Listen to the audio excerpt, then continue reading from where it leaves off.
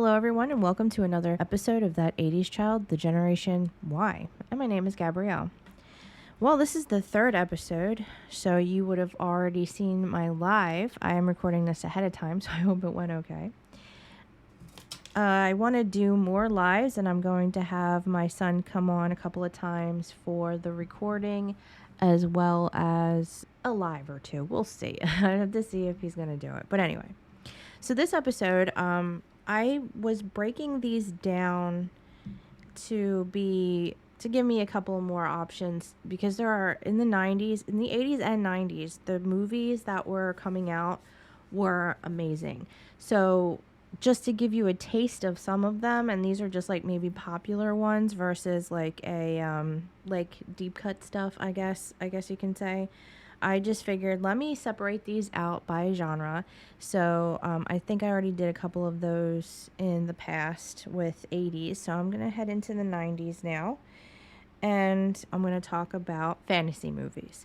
Now, some of these, and when I was like going through and making my list of my favorites, so of course this is going to be a curated list of ones that I prefer over others. There's much more. Okay.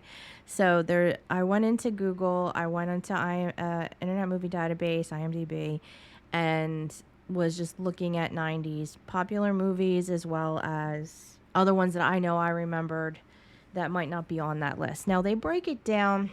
You could go even further than just being fantasy or science fiction or horror or comedy. You can go like this was going into fantasy drama. This is fantasy family friendly, so cartoons, which I did put that in as well. And like horror fantasy, which I think I held off on horror fantasy, although I think I have one that might kind of be that. I don't really know. So there's like subgenres on it as well. So this is just a small list, and it's not going to be all inclusive. It's going to be just ones that I'm like, I want to talk about these because these are my favorites. These are the ones that I watched on and I'm sure you have too. And growing up, even though I talked about the 80s, I know that we probably only remember a certain few of the movies, or we watched them when we got older and appreciated them because we were around at that time when they were made, but we were too young to watch them or cared because we were just too much into Saturday morning cartoons than to watch some like dramatic 80s movie. So the 90s might be more relatable because we were older, we were more aware, and these are movies that we hold dear to our hearts. So these are in no particular order. These are just as I was going through. So Jumanji. Now we know that they've remade Jumanji, sort of. It's an extension of the original Jumanji, and I think they did an excellent job with it. Not entirely sure about the second one. I think I have seen it, although my son has made me question that I actually did watch it because he's like, I never watched it with you. And he would have watched it with me. So I'm like, where were you? So did I watch it? But I remember it. I remember what happens in it. When I watched the trailer, I'm like, yeah, I've seen this movie. So I don't know how I saw it without him. Unless he just didn't want to. I don't know why. Maybe he doesn't remember.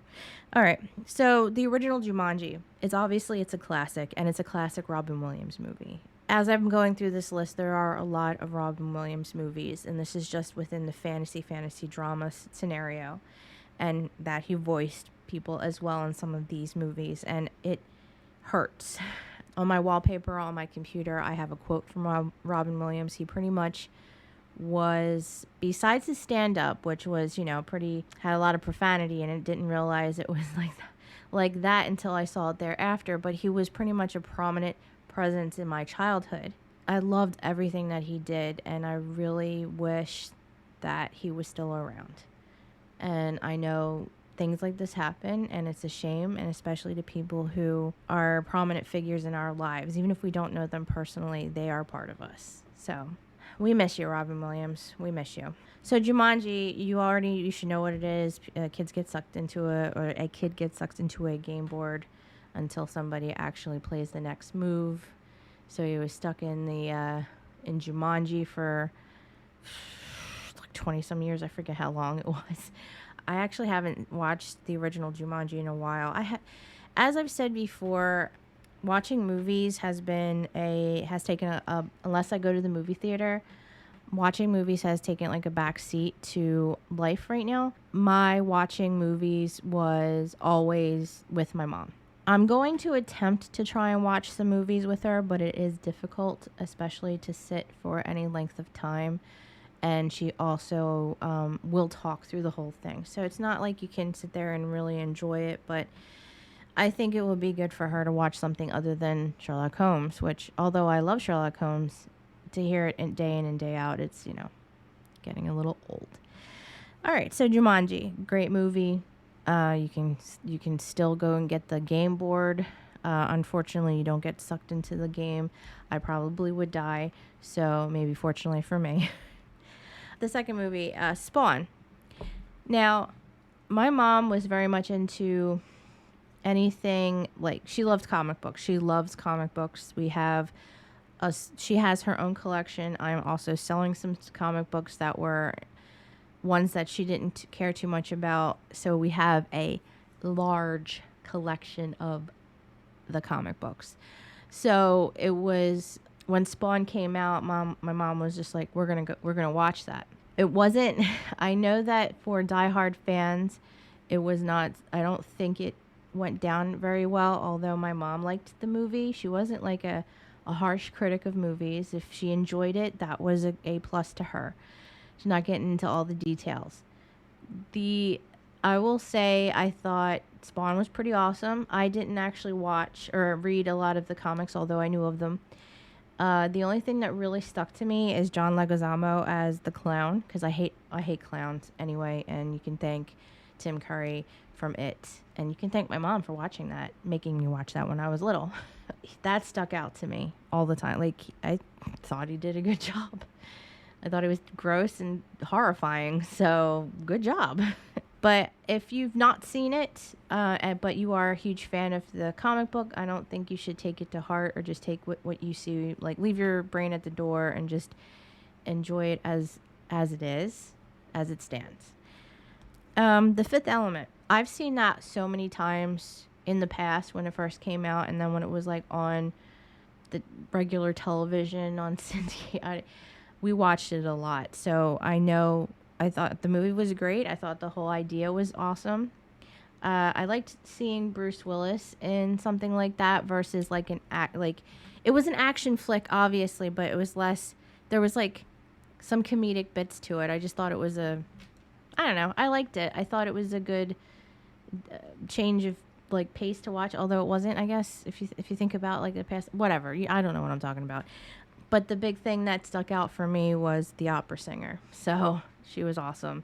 And I know there are people who actually will do the whole octave thing that she did, and that's just crazy. More power to you for being able to do that, but that was always awesome. Okay, so this is going to be classified as a fantasy drama, apparently.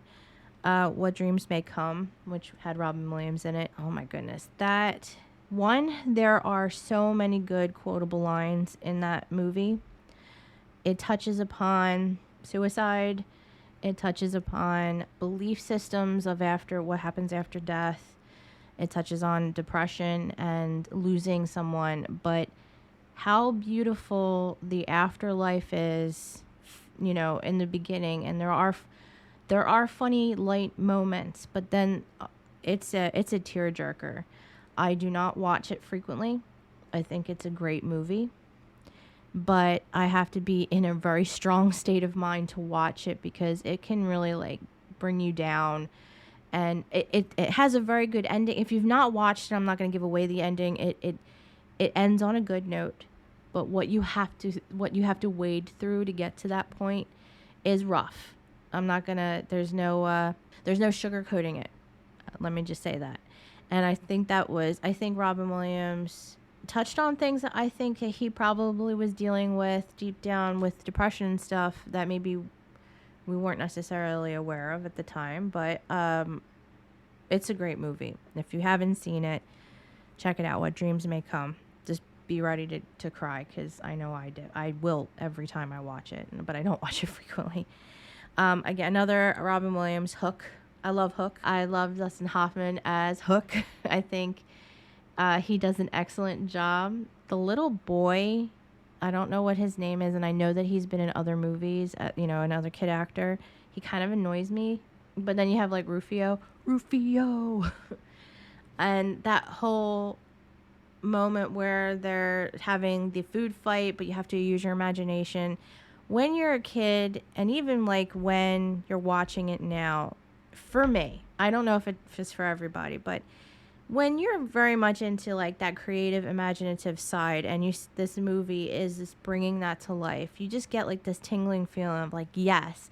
And as soon as he starts to believe in that, and you can see it, and I don't know, it's just a magical moment, and I enjoy it. And that I will watch. In fact, I probably will put that on my list of what to sit down and watch with my mom, because that's okay. If you want to talk over it, I know it pretty much backwards and forwards. So, yeah. Mystery Men. I had forgotten about that movie, probably because it wasn't like, I don't know if it's classified as like a cult classic or whatever, but I love it. Paul Rubin is in it, so I love most of the movies he's been in. I actually saw this in the movie theater in Canada. And if anybody watches my personal lives on my personal channel, so if you're friends with me on Facebook, on my personal page, I did a live the other night, and I was talking about my trip to Canada, the good, the bad, and the ugly. I might vlog about that. That might be something that I might vlog about. Because that's an interesting story, let me tell you. But anyway, so I saw that in Canada. I enjoyed the movie, but I don't remember a lot about it. And I have seen it thereafter from that point, but I do remember seeing it. I thought it was good. I laughed at it. I enjoyed it. And it was something that stuck with me that I still have memories of. So there you go. There's my reasoning to have it on the list. The Witches. Not the new one. The one with Angelica Houston. And she will always be the classic Grand High Witch. I mean, she pretty much embodied that character. And just like she embodied Morticia Addams. And I know that I really do like Wednesday, so I don't have a problem with like any new incarnation of the Addams Family, because it's been around. The one in the 90s was an incarnation of the original that was in the 60s. So, and that was an incarnation of the comic. So, we can't say anything. We all have our favorites, which is fine. Yeah. So the Witches, I do think that they did change in this original Witches, the ending. If you've never read the Roald Dahl book, I never know how to say his name, but if you've never read the original Witches book, it is one of my favorite books. I read it so much that the actual front cover fell off of it. It is one of my favorite books. They do change it, but for the most part, the movie's great. Even if it's not, word for word of the book, but I think they did an excellent job with who they picked out. I think the kid did a good job, and obviously, like I said, Angelica Houston, spot on. Death Becomes Her. So I'm not entirely. Is that classified as it's fantasy? Obviously, because they're undead or they can't die, but it's also a comedy. So I don't know what you would classify that, because I'm like, if I'm gonna genre separate these things, I want to make sure I'm not crossing over, so I just don't mention that in the next one, whatever. So Death Becomes Her was one of my mom's favorite movies. I think that was it was a funny movie. It does a good job at playing on how important women or people in general care about their appearance and how it's changed, and how, like, if you are frumpy or overweight, nothing good will come of it. And of course nowadays, like, you watch something like that and they're gonna be like, oh my god, you can't. But I think it's a funny movie. I enjoy it. As a heavy person, I still enjoy the movie, so that's fine. I'm not offended. It's fine. The Neverending Story 2. It is not a favorite movie of mine. It's horrible, okay? If you've read the book, all right, I watched it, and I watched it a few times because I love Jonathan Brandis. R.I.P. Miss you, guy. He did a good job with what he was given, but the movie itself just sucks. Okay, just sucks. The original movie. First of all, the special effects in the original movie, which was what, like 15 years younger than the second one, was so much better. Like, what happened? Like, they obviously didn't have a very good budget for it, or they put the budget in something else. I don't know. The the what happens in the movie, there are sections of the book, because the first movie only covers like what, 2-3 chapters of the actual book by Michael Ende. It is truly a never-ending story. It's a long book, and there's a lot more adventure for Bastian Balthazar Bucks. That's what his name is, BBB. Barrett Oliver, who is no longer in movies, unfortunately, and he looks like a hippie now, but whatever. Barrett Oliver. So yeah, you never hear their names in, like, you know his name is Bastian, but even when you look up the movie, it actually says Bastian Bucks, but you don't know what his last name is. Nobody ever says it. But in the book, it's Bastian Balthazar Bucks, and I don't know why I remember that, but I do. It's a good book. I suggest reading it. Neverending Story 2, I think they once you get further in the book, there's a lot more that goes on. There's a lot of adventure. There's a lot of big villains, and there's a lot of big monsters and things that you need to overcome. And I don't think they had the capability or the funds to do it. I don't know. Just, I'm glad that Jonathan Brandis got a job from it, but let me tell you, it's just not good for me anyway. Matilda. And there's actually, I didn't put it on here, but I'll just, James and the Giant Peach was another one. And there's a lot of Roald Dahl books that were being made in the 90s. So you had The Witches, Matilda, and then James and the Giant Peach. And I think the BFG also, I don't know when that came out. They really need, if they're going to do another Roald Dahl book, side note, do the one called The Twits.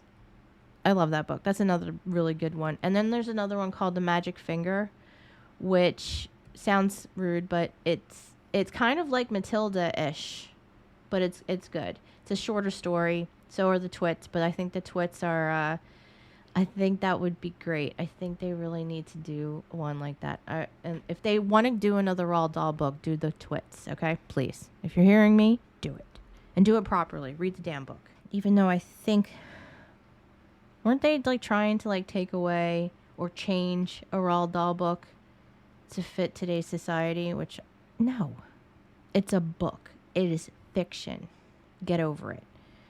Anyway, so Matilda, great movie. Love it. I love Danny DeVito and Rhea Perlman. They do an excellent job. And the woman who plays the Trunchbull, she's in a show, which I found, her name's Pam Ferris, and she plays Miss Trunchbull. She was in, so the lady who plays, what's her name? Miss Honey, she obviously got some plastic surgery done. It's a shame. She was very pretty. But anyway, so she was in a couple of Mansfield Park. She was in Mansfield Park with Johnny Lee Miller, and I forget the other lady's name. She was pretty much the main character, but she was the least one that I cared about. Sorry. But anyway, she was in that. She plays a horrendous woman in that. She also was in Bridget Jones' Diary.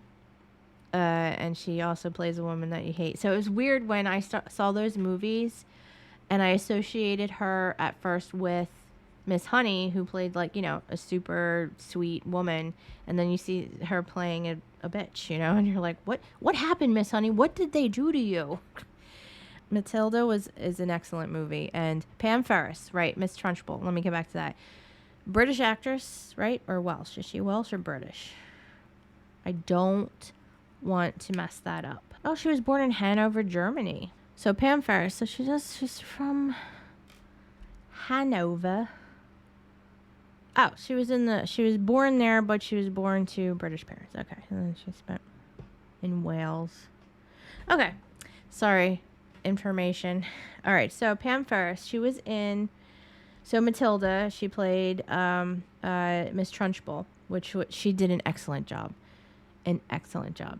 But if you want to watch her after the Miss Trunchbull time, which was in 1996, there was a show called Rosemary in Thyme, and it's like two horticulturalists, well, wannabe, one of them anyway, solve murders, which there's a lot of British crime dramas and stuff, but this, I thought, I liked that show a lot, so check it out, Rosemary in Thyme.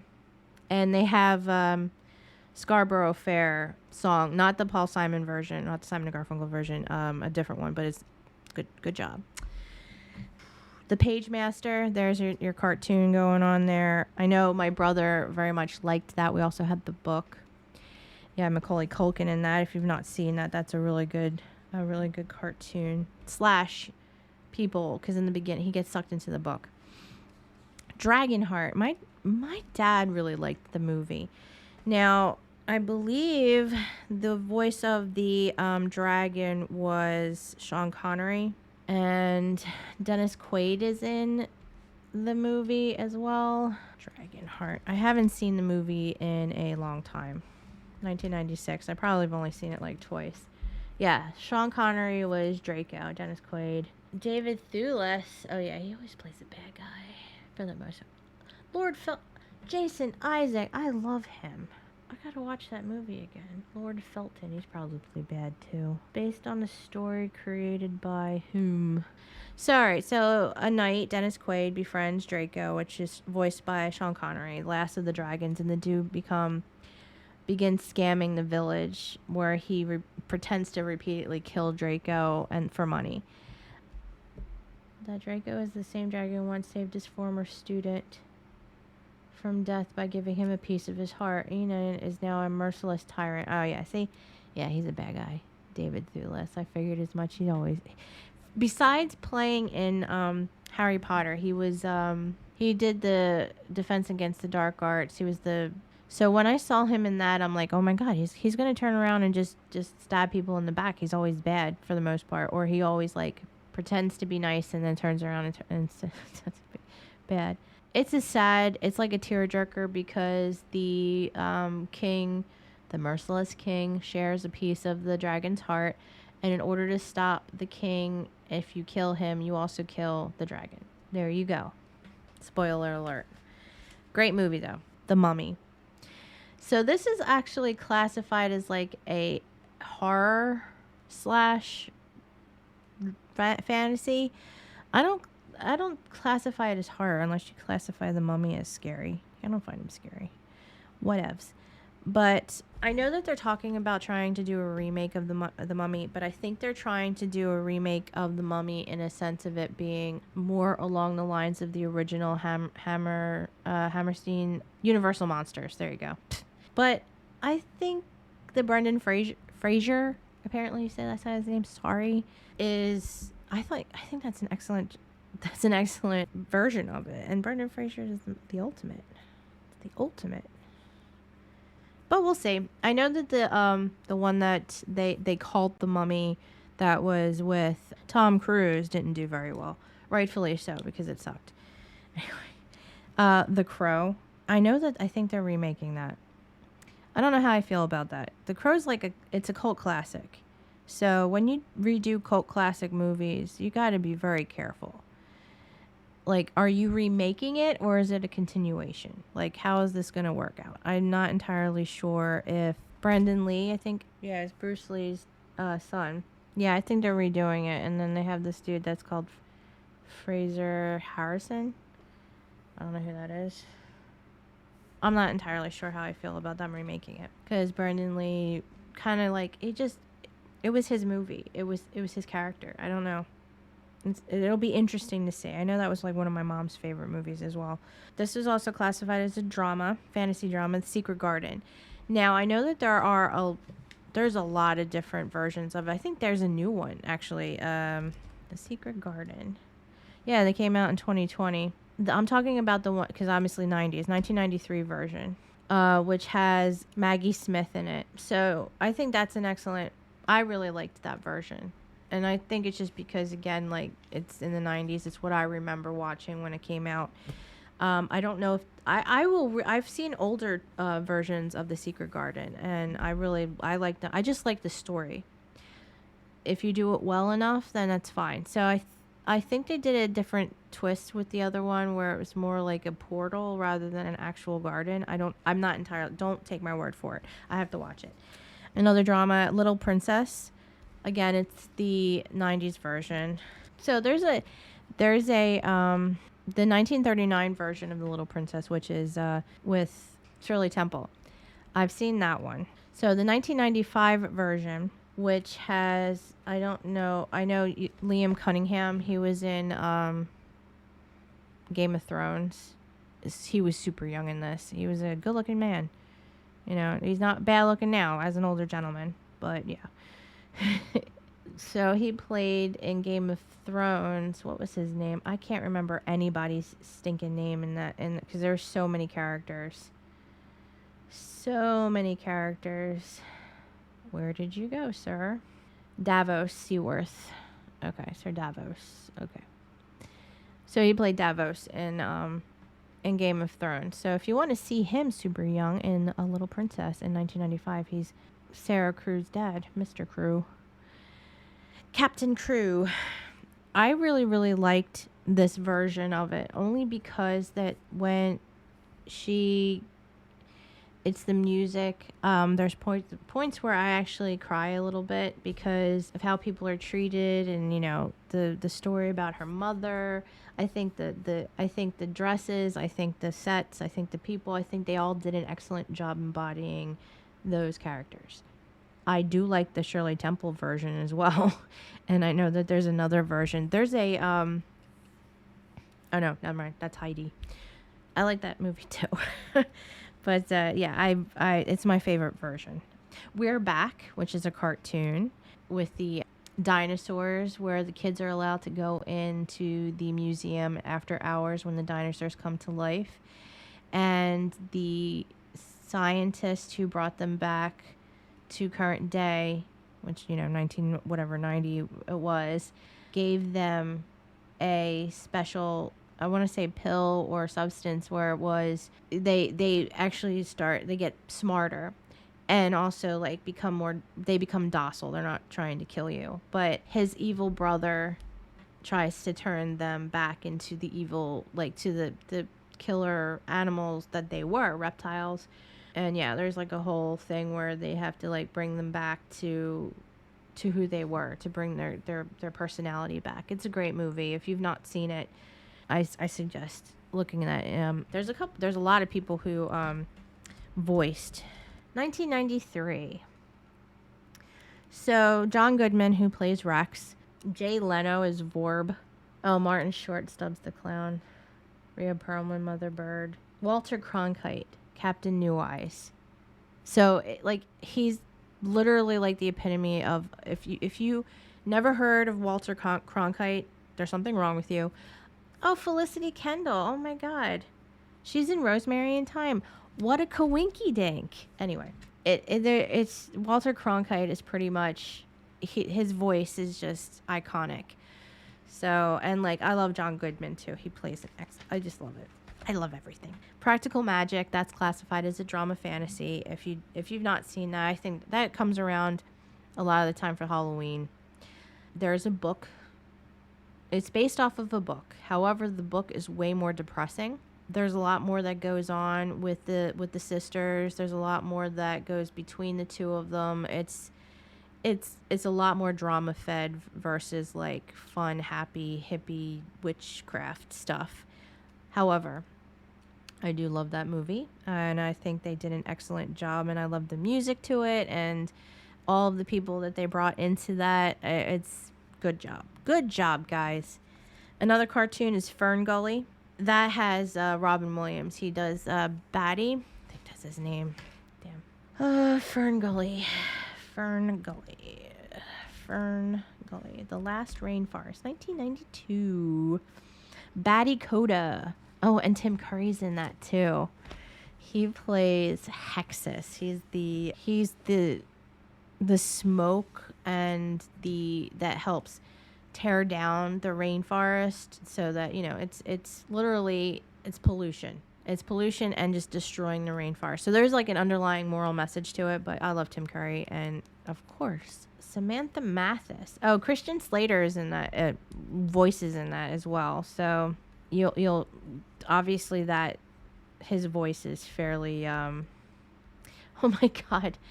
That's where I remember her from. That's kind of creepy. Samantha Mathis was in Mario Brothers, the 1993 version. I didn't write. Is that classified as fantasy? I know people hate that movie, but I liked it. I mean, I didn't like it as as its own movie. I just wish they didn't. Just don't call it Mario Brothers. Stupid. Anyway, anyhow, it's Fern Gully is great, and obviously Robin Williams pretty much, almost as good as Tim Curry. I'm sorry, but Tim Curry is just awesome, and the song that he sings in it, I love it. Just love it. Toys, another Robin Williams movie. If you haven't seen that movie, Toys, Joan Cusack, she plays Robin Williams' sister, and LL Cool J's in it. It's just, I don't know how to describe it, but they do an awesome, like, quote unquote, like, type of MTV music video to distract while they're trying to take back the toy factory from the lieutenant general who wants to make everything into something that could be used for war. But they want, and Robin Williams and his dad, who also was Donald O'Connor, who I love Donald O'Connor. He's, do they not even have a picture of him? Come on. Yeah, Donald O'Connor, who, if you've seen Singing in the Rain, and he does make them laugh, which is my favorite scene in that movie, where he, like, crawls up the wall and goes around, like, was such an excellent, like, dancing and, like, stunt, like, not, I don't even know how he never hurt himself. He probably did, but, like, excellent. If you've not seen Singing in the Rain, at least just look it up on YouTube for Make 'em Laugh for Donald O'Connor. It's great. I love Donald O'Connor. But anyway, anyhow, so Toys, if you have not seen that movie, it's odd, but great at the same time. Galaxy Quest, and my notes are best movie ever, which I think I've said on a lot of these movies, but Galaxy Quest, I think it feeds into my love of Star Trek so much, but poking fun at it as much as it does and doing it so well. I love every moment of that movie, and there's so many great quotes of that. And I think they're saying that they're making like a series of that, like the actual, I don't know if they're actually making a series that's like the series Galaxy Quest, that the movie's based off of the series, which would be funny, but the reason why the movie works is because of the people who are in it, and you're not going to have everybody because not everybody's around anymore. So I just don't know. I don't know how well that's going to go. We'll see. The Indian in the Cupboard. It's based on a book. One of the only books that I've read that I read in school. My brother really liked this movie too. If you've not seen it, it's like this kid who is given a cupboard that I don't know how, I think the parents did. It's been a while since I've seen it.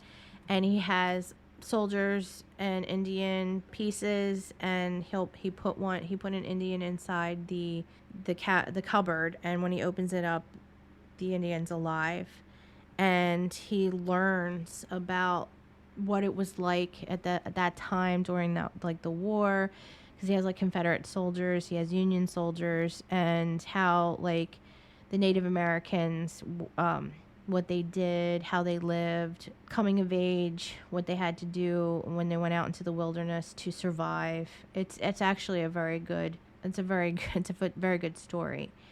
And another one where you kind of get teared up a bit because of him having to say goodbye.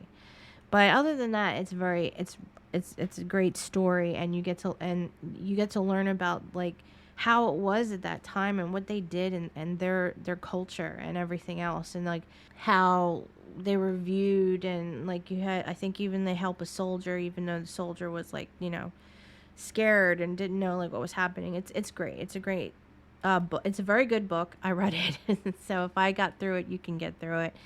And the movie's just as good. Groundhog Day. One of my mom's favorite movies. One of mine as well. I don't think you can. I think you can pretty much watch it on repeat on Groundhog Day. It's just it, and I think they actually did like a.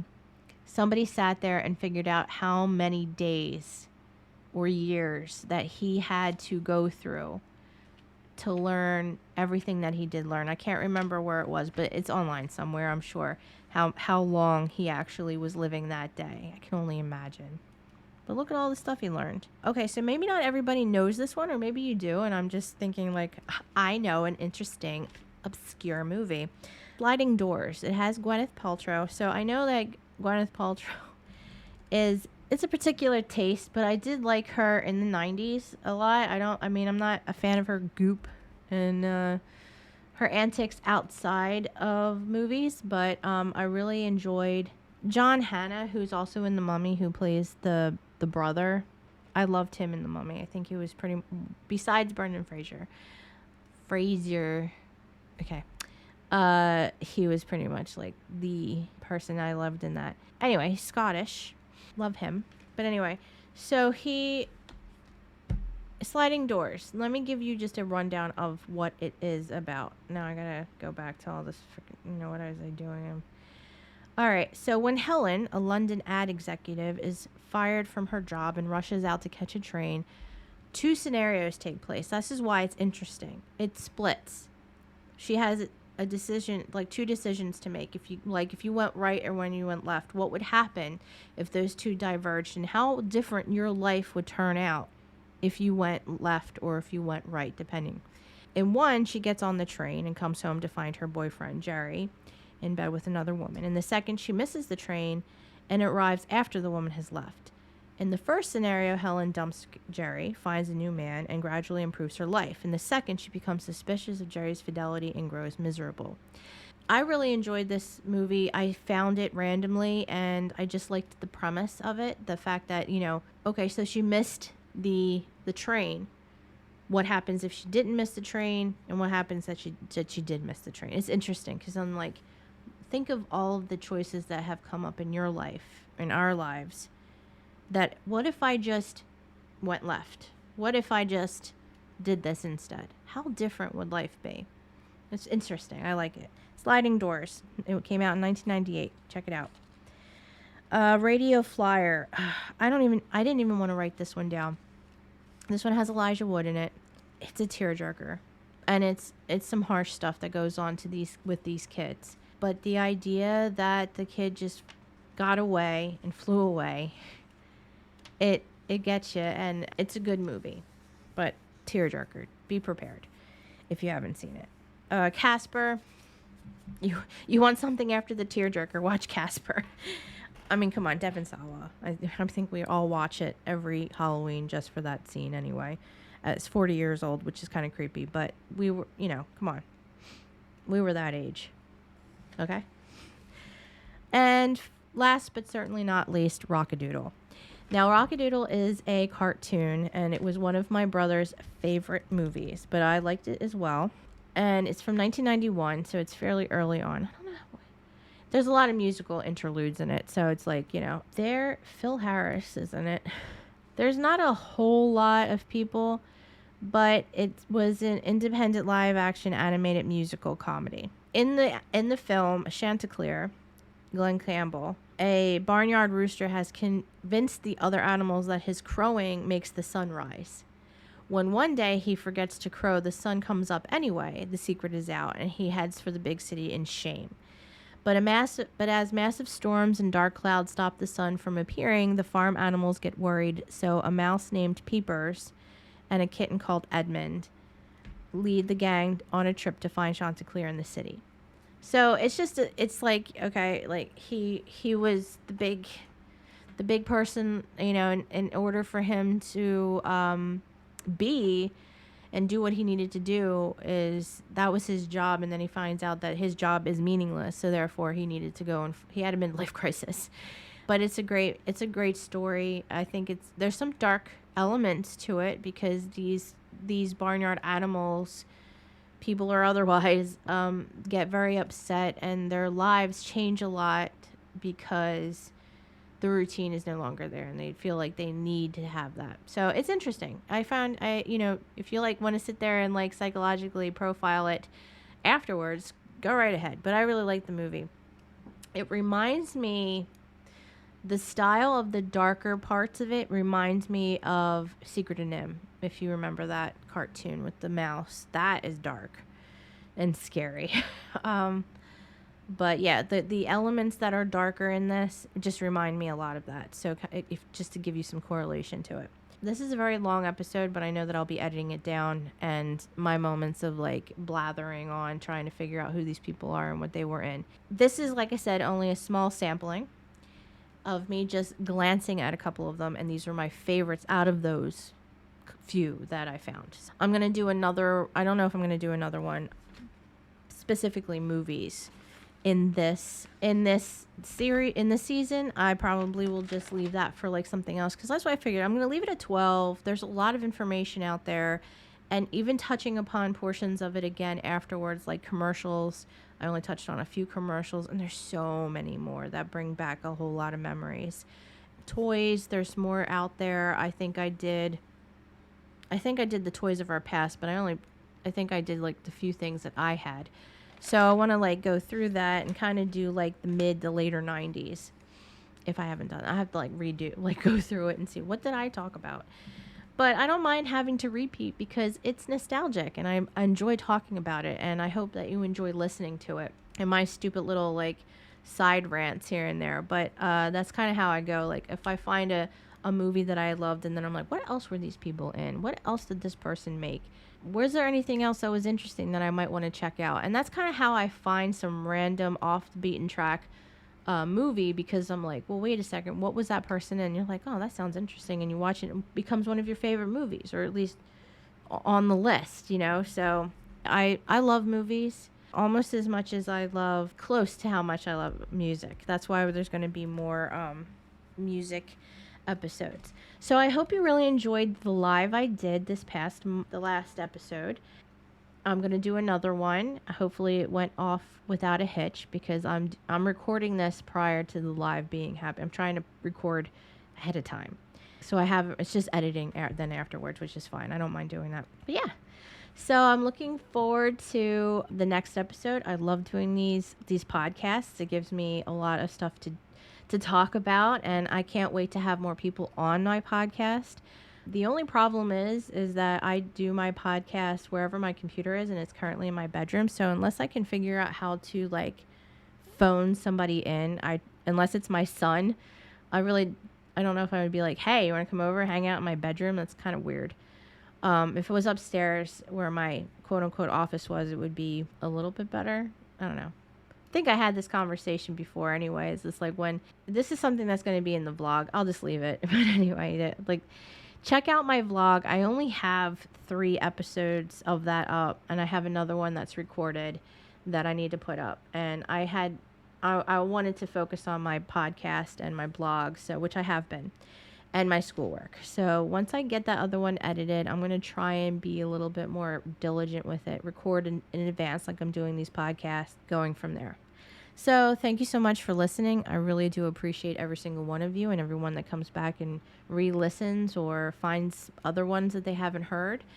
These are going to be up on Spotify and Google and Apple Podcasts. Anywhere that you can listen to podcasts, this will be. However, those will only have the last 10 episodes, because I'm still trying to figure out the RSS feed via WordPress. Apparently there's like a restriction, and I got to figure out how to change that, or if I have to pay a subscription of some sort. We'll see. Otherwise, on my website, it's www.GabrielleCataldi, which is GabrielleCataldi.com, has every single episode of my podcast. So this is the 3rd season, so I have 22 episodes plus the teasers that I had out there. So please check them out. And my blog, check that out too. And my Facebook author page, and just look up Gabrielle Cataldi. I have a Twitter, I have an Instagram, I have a TikTok, but we'll keep that in the closet for now because I don't know what to do on that. So, all right. Well then, thank you so much for listening, and I hope you will join me for my lives, and I hope you will listen to the next episodes and you're enjoying it as much as I am. Please, if you have any comments, questions, anything that you think I should add or stop talking about, you can message me. You can comment on anything. I believe there are comments on the blog itself as and the podcast. So this has been Gabrielle Cataldi with That 80s Child, the Generation Y, and I hope you have a good evening because it's evening here, or a good morning if you're listening to in the morning. And I'll be talking to you next time in the next episode. Thank you so much.